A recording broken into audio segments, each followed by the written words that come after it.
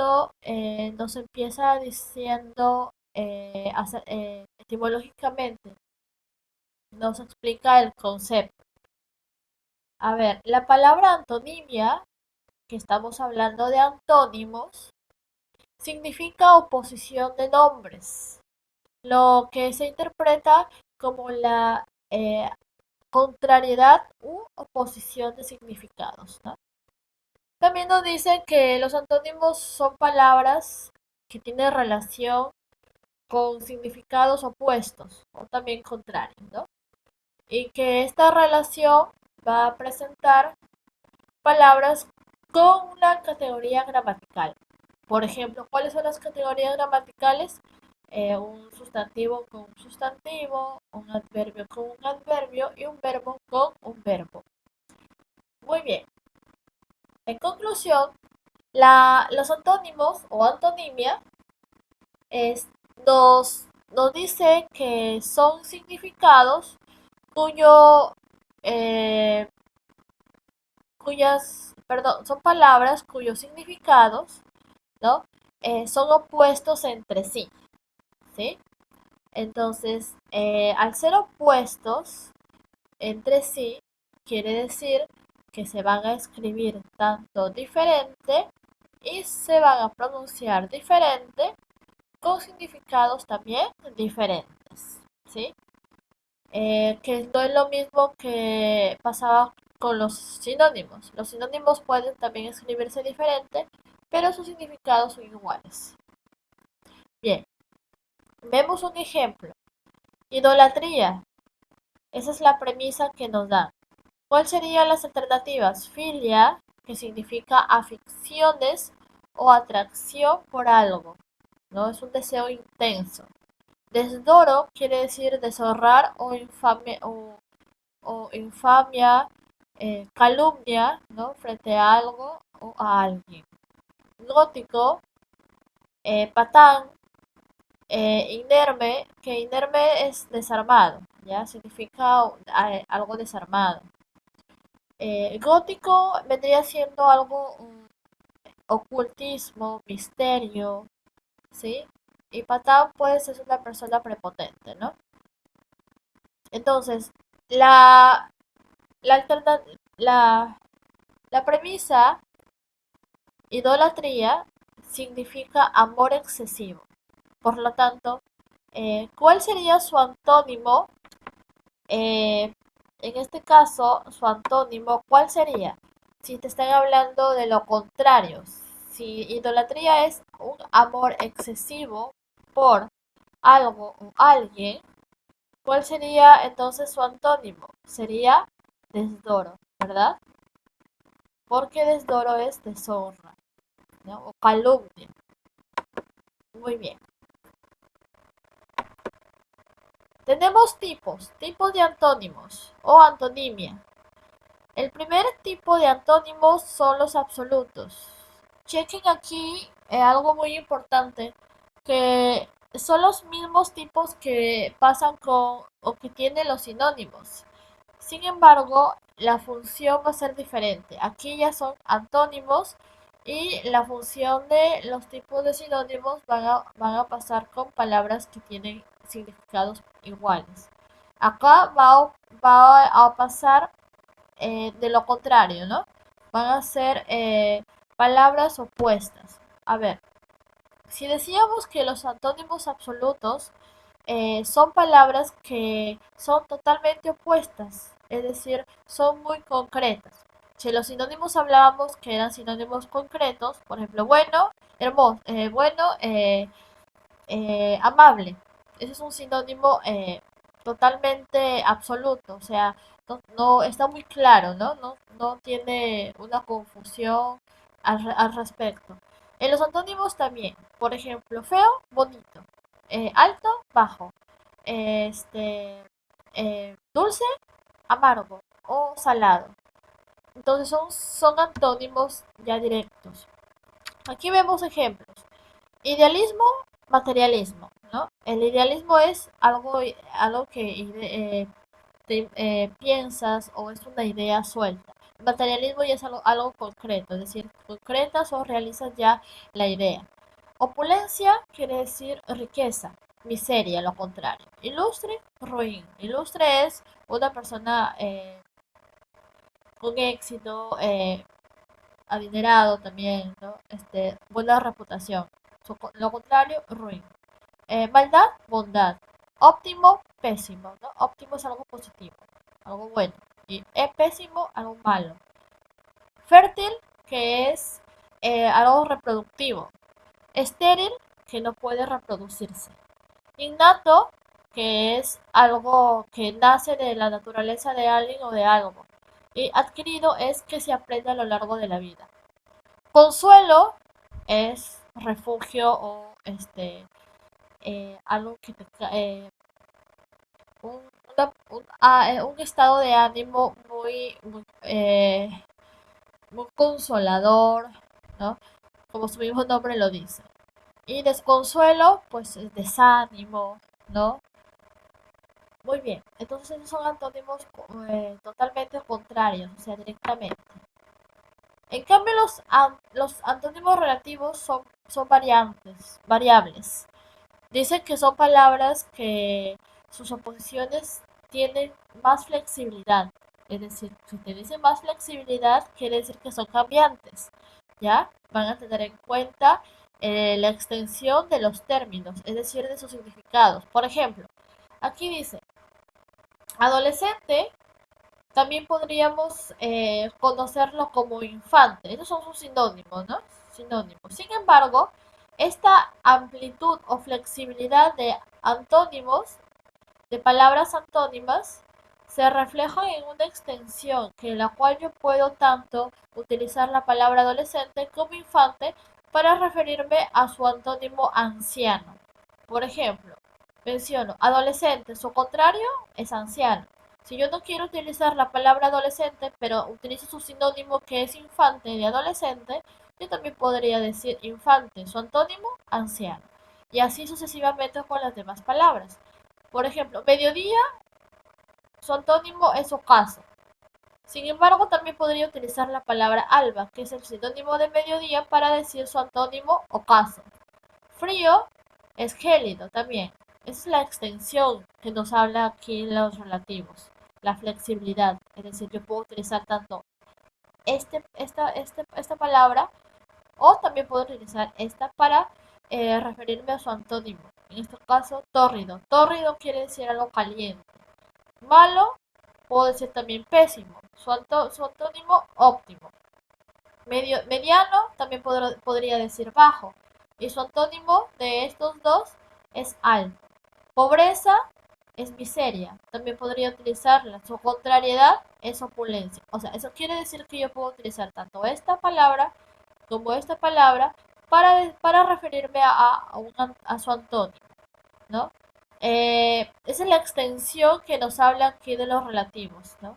La extensión de los términos, sus significados, para poder utilizarlos y poder así ampliar, como el mismo lo dice aquí, el mismo término, ampliar más los significados de las palabras antónimas, ¿sí? Antónimas. Bien. Eh, es, también tenemos como tercer tipo de antónimos los extremos. Los extremos aquí nos hablan acerca de la gradación que tienen los antónimos. Por ejemplo, gélido es frío, ¿verdad? Muy bien. Entonces, si hablo de gélido como palabra fría, esa sería la gradación, ¿no? Entonces, el gélido es un poco más frío que el frío. Es ya congelado. En cambio, frío solamente es un estado de estación o de clima. Es un estado climático, ¿no? Mucho más denso. Gélido ya es algo más eh, congelado, es un extremo de significado un poco más alto. Tibio, caliente. ¿no? Estamos hablando de medio y más fuerte, más intenso. Por ejemplo, yo menciono aquí conocido y a los costados hay dos rayitas. Significa que va a ir una, un, un antónimo a conocido que es un poco más fuerte o más intenso, y en la parte de aquí va a ir otra palabra un poco menos intensa. Por ejemplo, conocido. Conocido es solamente algo como, por ejemplo, no muy medio, o sea, puede ser un amigo, ¿no? Puede ser un mejor amigo, ¿no? Antes de conocido, yo podría poner familiar. Vendría siendo familiar, va bajando, conocido, y al último terminamos con desconocido. Entonces ahí está el grado o intensidad en el significado de las palabras. También podría ser el contrario, profesora. Sí, también. Lo podría de menor a mayor. Lo importante aquí es la intensidad de los significados, tanto ya sea de menor a mayor o de menor o de mayor a menor. Antónimos inversos. En los antónimos inversos nos habla que de una relación que son totalmente opuestas, es decir, de lo positivo a lo negativo. Por ejemplo, deudor, su contrario de deudor, ¿qué sería? Acreedor. ¿Qué es un acreedor? El acreedor es el que te proporciona una venta, no el que te vende. El que paga, perdón, el que paga una deuda. El deudor es el que debe, ¿no? Recibir. ¿Cuál sería su antónimo que iría aquí? Es dar, ¿ya? De dar a recibir. Es lo contrario, es inverso.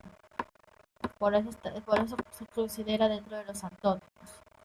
Antónimos excluyentes. Aquí nos habla de términos que van desde lo negativo a lo positivo. Por ejemplo, más, menos. Entonces ahí sería algo opuesto. Por ejemplo, apagado sería lo contrario, que apagado es lo negativo, y encendido sería lo positivo, ¿no? Entonces ahí estamos hablando de palabras contrarias con características afirmativas y negativas. En cambio, aquí en la 4, aquí te está hablando de una relación, es decir, que una depende de la otra, pero de forma contraria. Es decir, deudor, acreedor, ¿no? Deuda y pago, mejor dicho, ¿no? En el caso de recibir, lo contrario es dar, ¿no? Que es una relación, o sea, das y recibes. Como también recibes, pero has tenido que dar. Entonces, esos son los opuestos, ¿sí? Por lo tanto, los antónimos tienen esa característica muy peculiar cuando hablamos acerca de la gradación, cuando hablamos de todo lo que es las palabras de dirección opuestas, en este caso estamos hablando de las inversas. Aquí también, en esta parte, antónimos relativos como los antónimos absolutos son tipos que ya los hemos estudiado en los sinónimos. Sin embargo, son funciones distintas. En los sinónimos van a funcionar con palabras parecidas o iguales, y en los antónimos van a tener su función de forma contraria, ¿no? Por ejemplo, en los sinónimos nosotros hablábamos de los absolutos que son totalmente eh, significados directos y claros, ¿no es cierto? Por ejemplo, como les estaba diciendo ahora, ¿no? Por ejemplo, bueno, bondadoso. Entonces, directamente, no hay ninguna confusión a la hora de entender su sinónimo. Es lo mismo que va a pasar en los antónimos, solamente que son palabras opuestas. Vamos a utilizarlo con palabras opuestas. Los absolutos, es decir, que sus palabras opuestas ya no van a ser iguales, sino van a ser opuestas, diferentes. Eh, Podemos utilizar la misma palabra. Bueno, decíamos que era malo, ¿no? Feo, bonito, ¿no? Es algo más directo.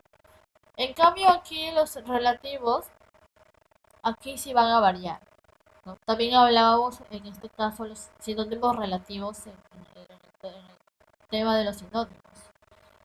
Hablábamos que los sinónimos relativos también cambiaban, ¿no? Eran muy variables.